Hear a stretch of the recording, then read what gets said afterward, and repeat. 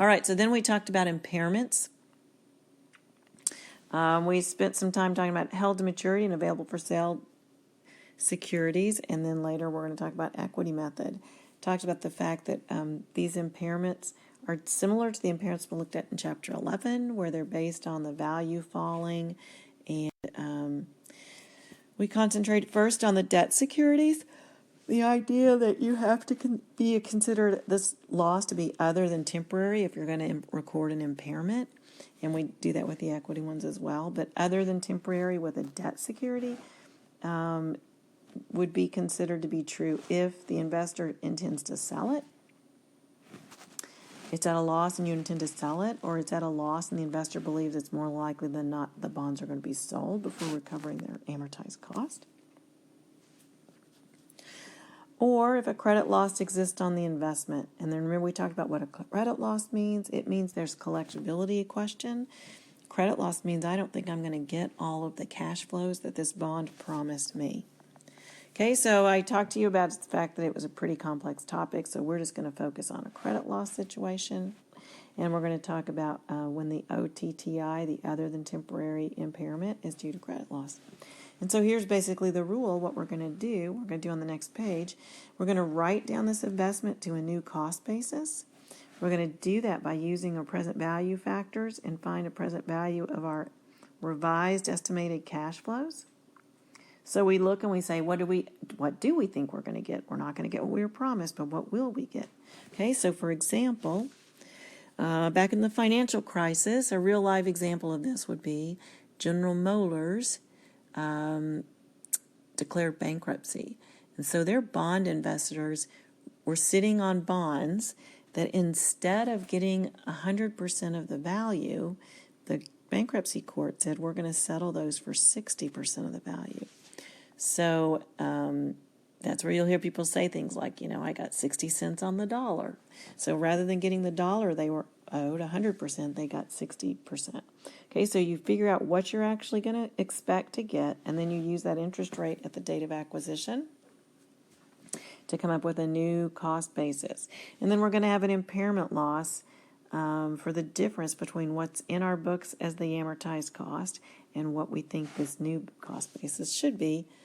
And that impairment loss is going to go to net income if the bonds are to be sold before maturity, or only the credit loss is going to go to income if they might hold the bonds, and the rest of it would go to OCI.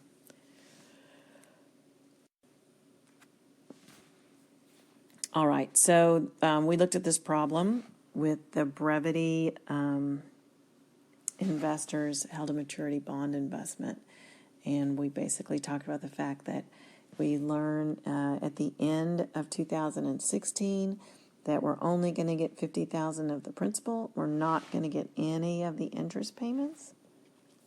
So we have a couple of questions. What's the balance in the held to maturity account at 12/31/16? Okay, so the balance in the bond account is the face amount, $1 million. The balance in the discount account would be, you guys remember this from your bond chapter, the discount account is going to hold the difference between $100,000 and $98,167. Okay, so that is some number. It's 1833. Okay, is the actual number here of the discount, and it's you could see that number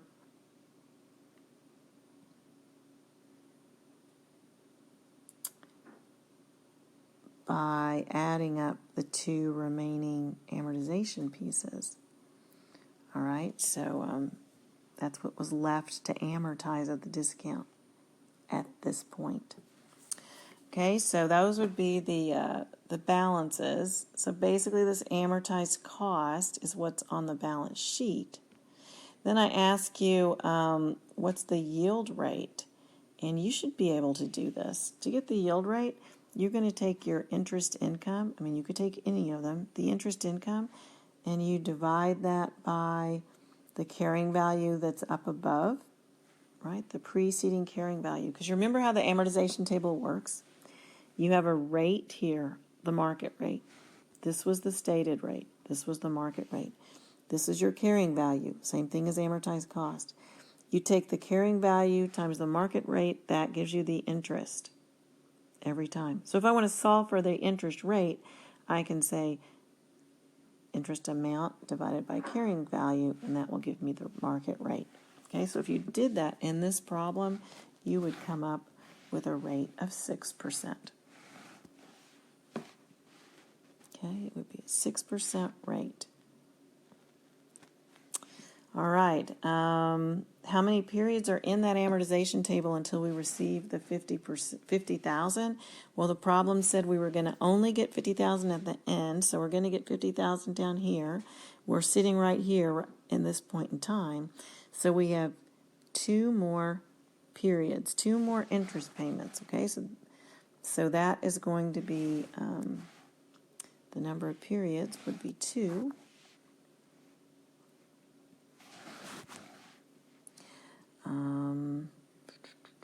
We looked at the present value. The next question says,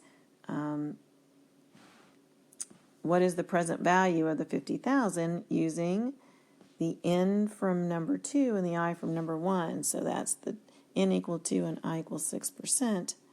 What would we get for our present value? So if you looked up the present value factor for a lump sum, for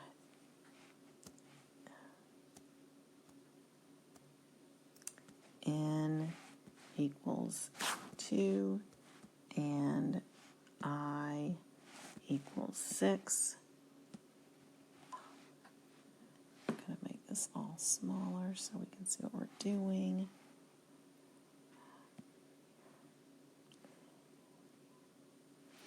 That is going to be equal to 0.890. All right, 0.890 is the actual factor. I'm looking to make sure I picked up the right number. Yes. Okay, so that's the factor. That's not the same thing as the present value. You guys know that, right? So that's the factor I have used. I'm going to multiply 0.890 times my 50,000 that I think I'm going to actually receive.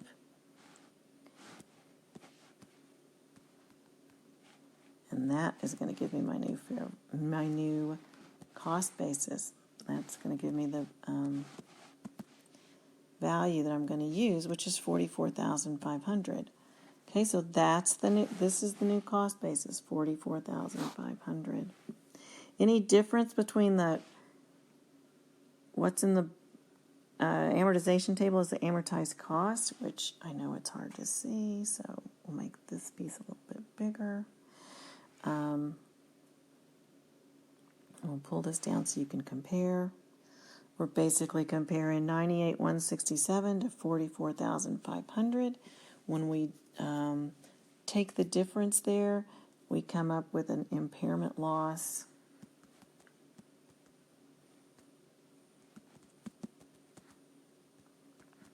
that is equal to 53,667. Okay, let me see if I can move that and make it all get on one line. There we go. All right, so that's going to be my impairment loss. Again, that is the difference between 98,167 minus 44,500, 53,667. Okay, it is going to be recorded as a credit loss. You see it right here, credit loss on held to maturity. And the other side is allowance for credit loss. So let's just finish off this page by looking at what that journal entry would look like. There's my impairment loss. I'm going to debit an account called, and this is going to make owner's equity go down. Let's go ahead and do it that way.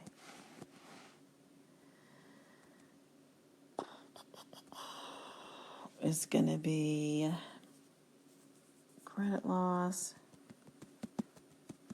on HTM. Whoops. And then just a reminder, this goes through the income statement.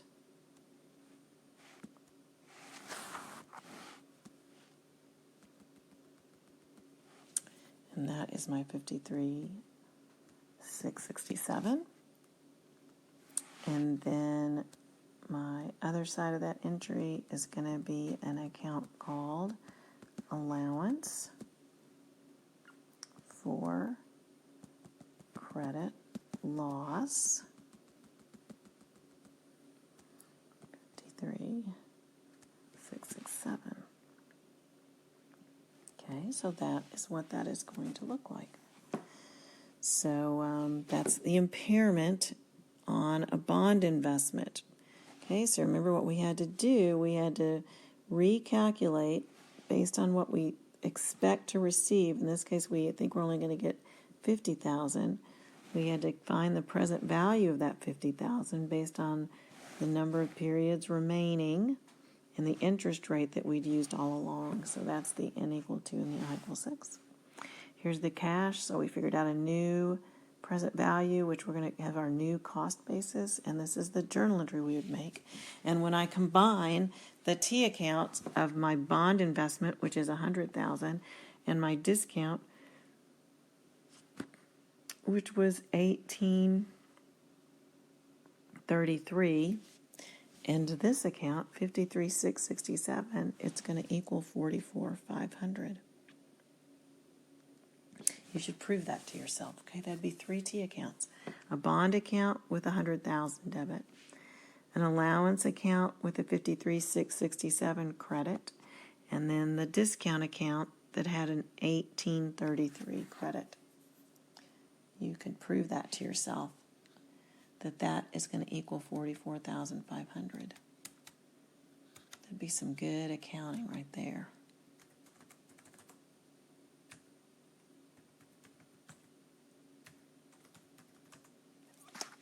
Alrighty. The next thing we talked about, well, we went through the quiz, but it's just checking on what we just received. This is something on this page, just kind of look at it. And if you get really curious, you can send me an email and I'll send you the details of how the accounting continues to work. But ultimately, when you think you're only going to get $50,000, at the end of this bond investment's life, if you hold it, all of your accounts should add up to $50,000 because that's what you're going to get in cash. All right, so then we have to talk about impairments on equity securities. It would only apply to the equity method because those passive equity investments are carried at fair value. So the losses would already have been recorded on the income statement. So this one's much simpler. We're just going to figure out our new cost basis and we're going to write the investment down to match that. And any impairment loss is going to get income. So here we had a situation where I ask you a couple of questions based on this situation. Okay, at the end of 2012, we had a book value of $1 million and a fair value of $950, but the loss was considered to be temporary. At the end of the next year, the book value is $975 and the fair value is $750. And now there's much trouble. Prices fall and the prospects are not looking good. And Unity doubts it's going to hold the stock long enough to see it come back up. Okay, so then I see, based on what we've already studied about equity method investments, what entry, if necessary, if any, is necessary at the end of the first year due to the difference.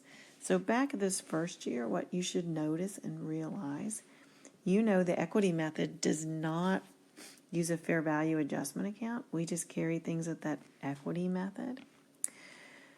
And this is a temporary loss, so we're not going to do anything. So the answer here would be no entry. Okay, we're only going to make an impairment entry and record a loss if the loss in value is considered to be other than temporary. Okay, now in the second year, here is 2013, that is what we think, because it's really fallen, it's not going to come back up. So what entry is necessary here? This is where we're going to record our impairment. So basically, we need to consider, we have a book value of $975,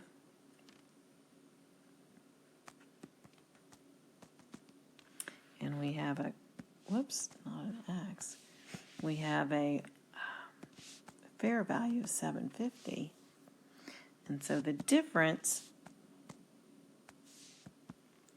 is going to be our impairment loss, right? So let's say this, book value minus, this is a simple formula, fair value equals impairment loss. Okay, so that's what we're looking for. That's what we need, an entry that has an impairment loss of $225,000. So that's a pretty straightforward little entry. We're just going to debit impairment loss, except I can't spell it, for $225,000, and we're going to credit investment in Bird for $225,000. Right, and that impairment loss, like all impairment losses that we are concerned about, I shouldn't say all of them, but this one is going to go through the income statement. Like all equity gains and losses, it's going to go through the income statement. We had a short little quiz other than temporary impairment. We talked about the fact that you cannot reverse impairment losses. No reversals. And so that is the end. So that takes care of day 20.